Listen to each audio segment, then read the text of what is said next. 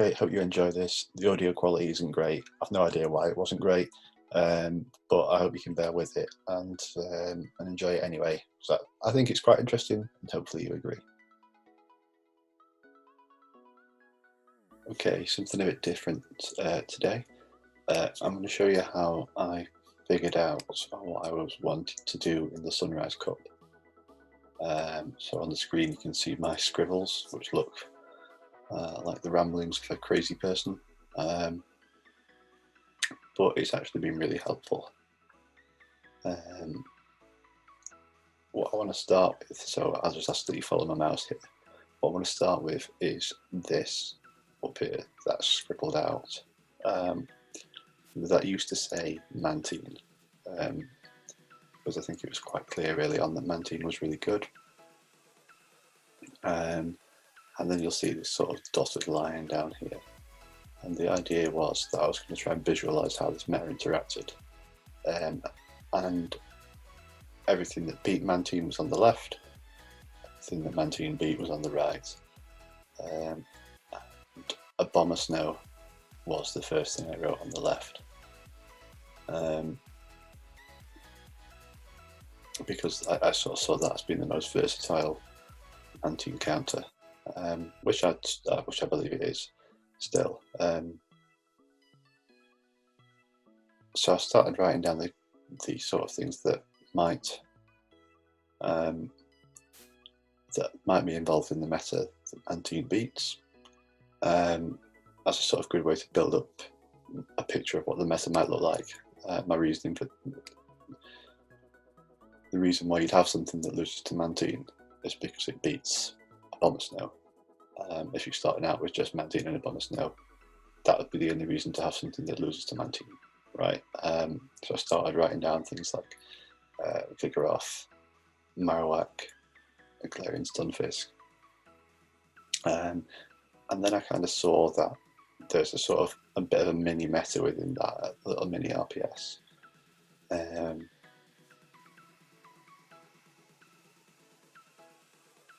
And yeah, you sort of see a little rock paper scissors within a rock paper scissors here. So you've got Mantine that beats these three, which will beat each other. Those three will beat Abomasnow, which then beats Mantine. But then I thought, well, there must be things that beat pairs of these things, mutual counters for these things. So I looked at mutual counters for Marowak and Vigoroth. So Altaria was there. You can see sort of Drifloon's there underlined as well. Now I crossed that out because I didn't like the idea that Vigoroth could be so easily replaced with Obstagoon. So that's why that's crossed out. Then I looked at sort of G-Fisk and A-White counters, and you can see I went through Mudboys, Ludicolo, Bidderel even. I think they all got crossed out because they don't beat Abomasnow. They don't do particularly well against Mantine either. So I think anything that you bring as a mutual counter to these pair has to do well against one of Abomasnow or Mantine. So that's why I ended up sort of earmarking Obstagoon as the mutual counter for these guys. And here's where it gets interesting. Trying to find a mutual counter for Galarian Stunfisk and Vigoroth is very difficult. And that's where I crossed out Mantine to sort of make this sort of inner circle and then a sort of outer circle, if you will. And then that sounded very professional, didn't it? If you will. Right. So yeah, that's where Victini came from. And I sort of moved Mantine up here. So now we've got a real big mini meta that all beats Abomasnow, but all loses to Mantine. Apart from Altaria, which is why I thought Altaria was quite interesting early on. That sort of swings that matchup the other way around. And then you've got the sort of stragglers up here. So you've got your Zapdos and Emolga, which are sort of alternative Mantine counters, or Pelipper even, which I've even said there as an alternative, because this was when I was enjoying Pelipper a bit more. And Skarmory and Articuno as alternative Abomasnow counters, which aren't so bad against Mantine, which I thought was an interesting concept. I did experiment with Articuno a lot. I really liked Articuno early on. I think it's a fantastic generalist, particularly Shadow Articuno, which beats G-Fisk in the 2-shield scenario. So then I started practicing. Trying to use Victini as a started practicing on this assumption, as this was how I saw the meta, as like a rock paper scissors within a rock paper scissors. And I was trying to avoid using these 3 because I sort of felt like these 3 around the edge had more upside, because these 3 around the edge do the job of one of these things in the middle, in that they beat one of Mantine and Pelipper or Abomasnow and lose to the other, but they also beat 2 out of 3 of the more popular picks in the middle. So that was the theory. And then I just tried to tidy this up here. So this down here is the same thing. So the idea being is that you've got the mini meta on the left, where that all beats Abomasnow and loses to Mantine. And then you've got this sort of weird cannibalistic progression of G-Fisk beats Aoak, beats Zapdos, beats Skarn. So the idea being that these things are your sort of Skarmory counters, because there isn't much else around that wants to take on Skarmory comfortably. I don't really consider Mantine a Skarmory counter. And then there's a proper dotted line here where I initially felt that the way to build a balanced 6 was to have 3 things from this side to be able to take on Mantine well, and 3 things on this side to be able to take on Abomasnow well, whilst also maintaining a balance within this. Altaria being the exception, which you could argue should be on this side because of the matchup with Mantine, which led to me using Shadow Dragonite instead, because it's much better versus Mantine than Altaria is. So I tried that for a while, and what I found was that this spot was the hardest to fill. This Victini wasn't really working for me. And in actual fact, I don't think it's any better versus G-Fisk than Aoak is. So I kind of thought it was a false economy. So yeah, we see here the sort of breakdown to work. So how I felt like a balanced 6 would look. I felt like you need 3 of counter users, fire type users, G-Fisk, or what I called a hard flyer, which is a flyer that beats the grasses. So Abomasnow, Ferrothorn, and counter users. So the hard flyers I sort of considered Skarmory and Articuno.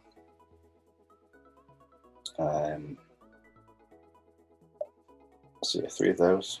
Then 1 of Abomasnow and Ferrothorn. 1 of Altaria, an electric type, or a Mudboy. And I forget why that was. To be honest, this was a while ago now. Maybe it was like an extra Mantine counter, perhaps.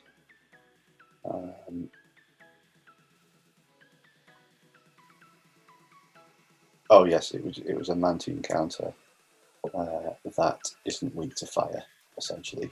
Because if you're using Abomasnow or Ferrothorn as your main Mantine counter, or even Articuno, as I was using, they're all weak to fire, so I wanted a Mantine counter that isn't weak to fire. The Mudboy's a bit sketchy, but I was using Quagsire with the Stone Edge. So yeah, 1 of those, or a 4 from category 1, so that'd be like back here. So you'd probably after Earmark, Skarmory or Articuno as that fourth, as they have the best matchups with Mantine out of that lot. And generally speaking, I stuck to that in the end. But yeah, so as I say, I found this spot the hardest to fill. So I thought, well, given that it seems to me like the only things in the meta that beat G-Fisk and Vigoroth are is the Mantine Pelipper slot, which beats everything on this side. So by default, it beats Vigoroth and Clay and Stunfisk. But maybe I should be rejigging my diagram a little bit, and rejigging it around Mantine, G-Fisk, and Vigoroth, and Abomasnow. And ultimately, this is what made me decide I wanted to use Mantine over Pelipper, because Pelipper can't switch into G-Fisk, whereas Mantine can.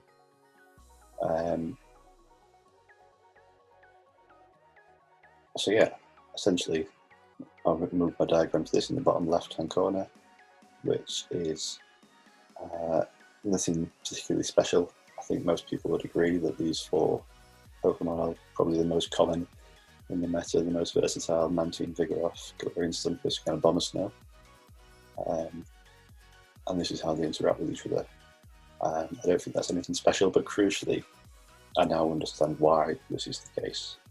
I understand that Mantine is so good because it's the only thing that wants to take on Vigoroth and G-Fisk as a sort of neutral counter. And I think that's the key. I think understanding how to use Mantine in this cup is going to be is key. And I think I sort of guesstimated that from the start. When I go back up to here, for example, I know Mantine was the first thing I wrote down.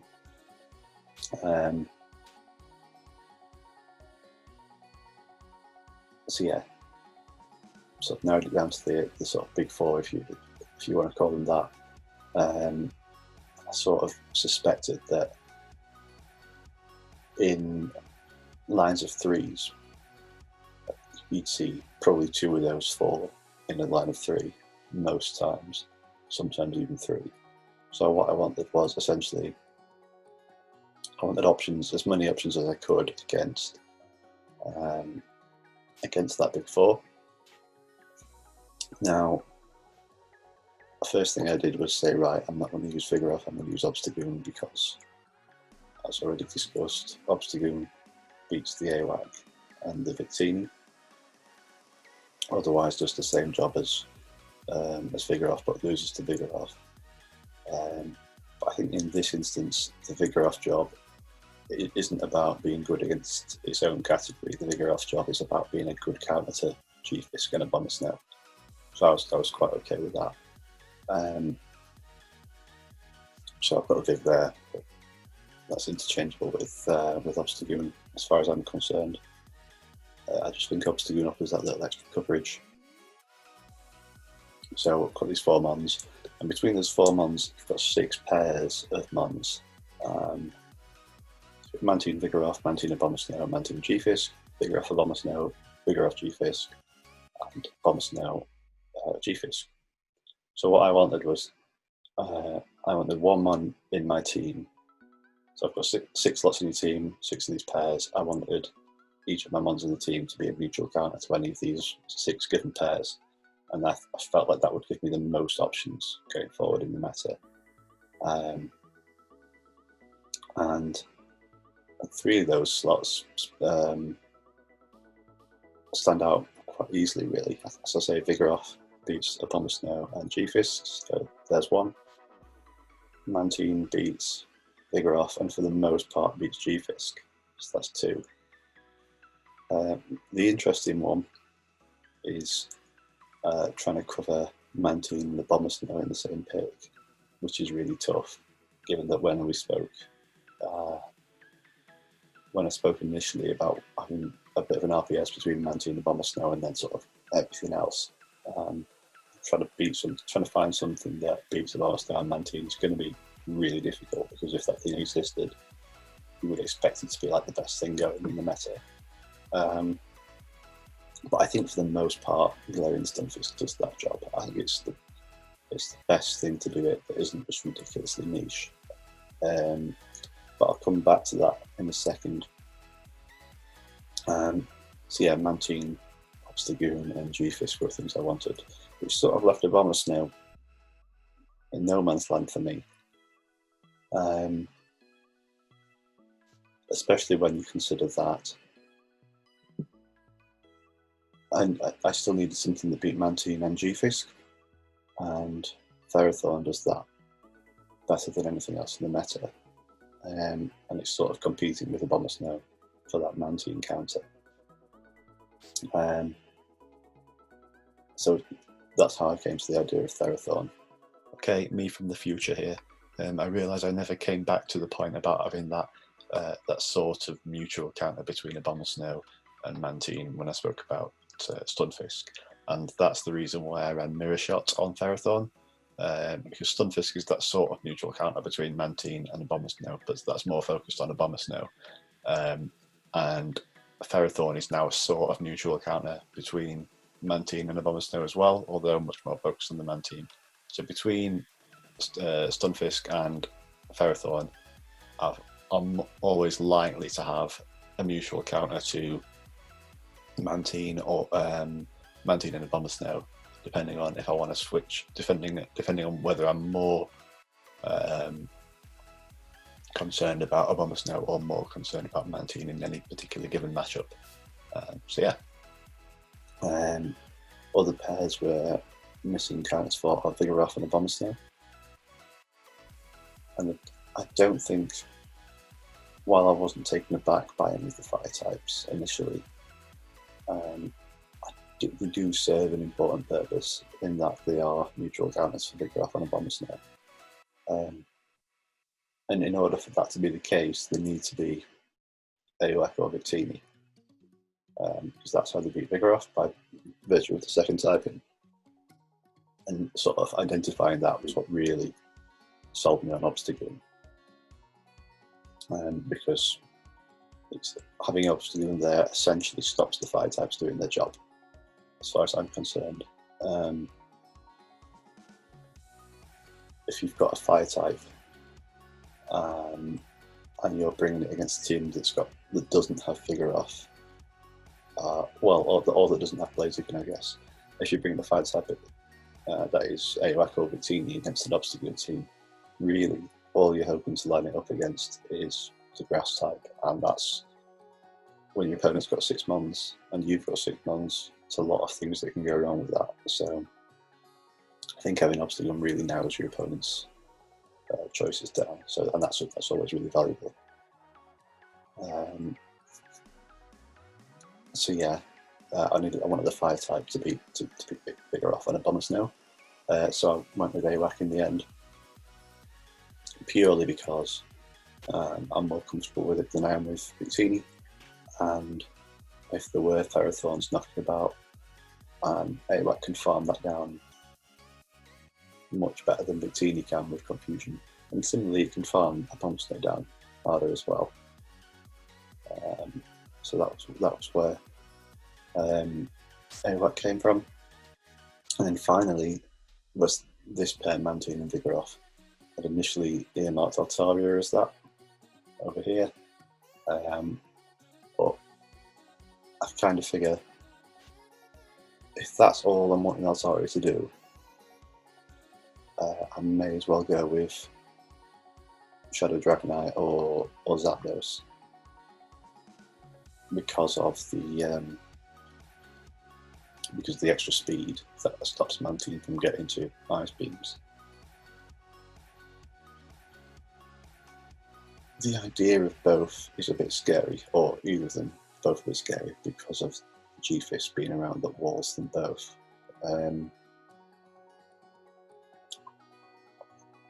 Abomasnow is good against them both, but Zapdos can hit it back with Drill Pegs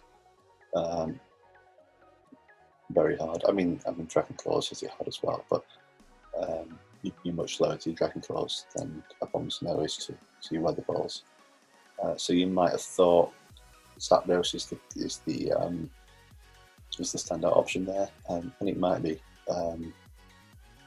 But I figure for something so niche as to Vigoroth and Mantine, that's currently the only reason I'm looking for to bring one of these things. I felt like just a more general, wider coverage that Dragonite has was useful. So it's another reason not to bring a fire, for example.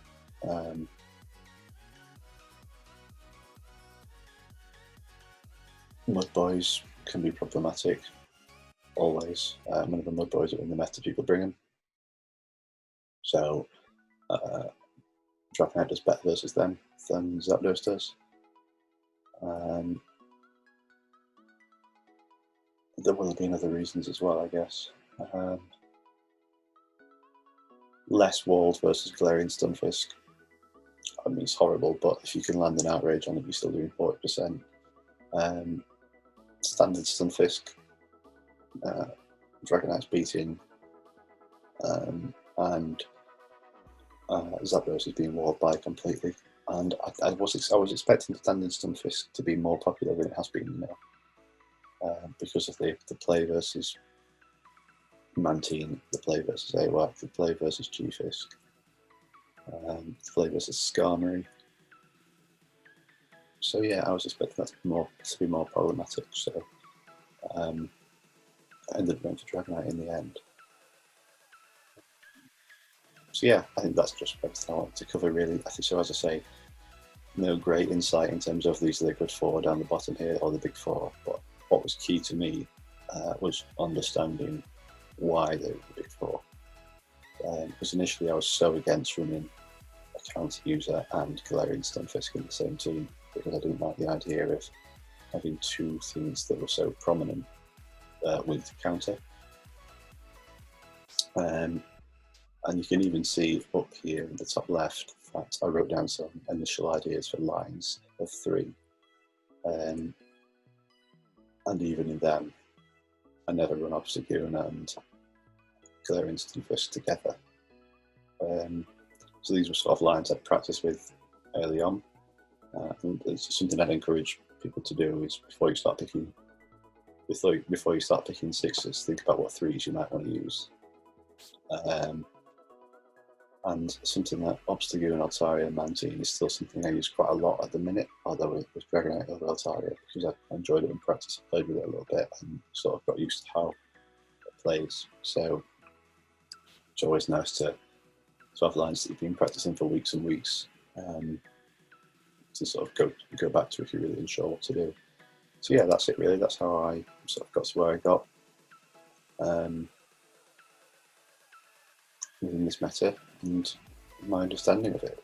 And I think this is so valuable. This sort of stuff is so valuable to do before you look at any sort of meta guides on YouTube or before you read any articles. Just do a bit of thinking for yourself first. Because trying to understand someone else's perspective from the off can be difficult, but if you have your own perspective or come up with your own ideas and try and work other people's ideas into that, I often find that helps me and that fits better. And ultimately, the lines you use and the teams you build and the Pokemon you pick will work better for you because you're using them for the reasons that you thought they'd be used for, rather than trying to shoehorn them in because someone else has said they're good and you don't quite get why. Certainly that's how I find these things tend to go. Everyone's different, of course. But yeah, so there we go. I hope people found this useful. Something I'm not keen to do at the beginning of every meta. Because as I say, I think it's important that people think for themselves to get the best out of these sorts of things.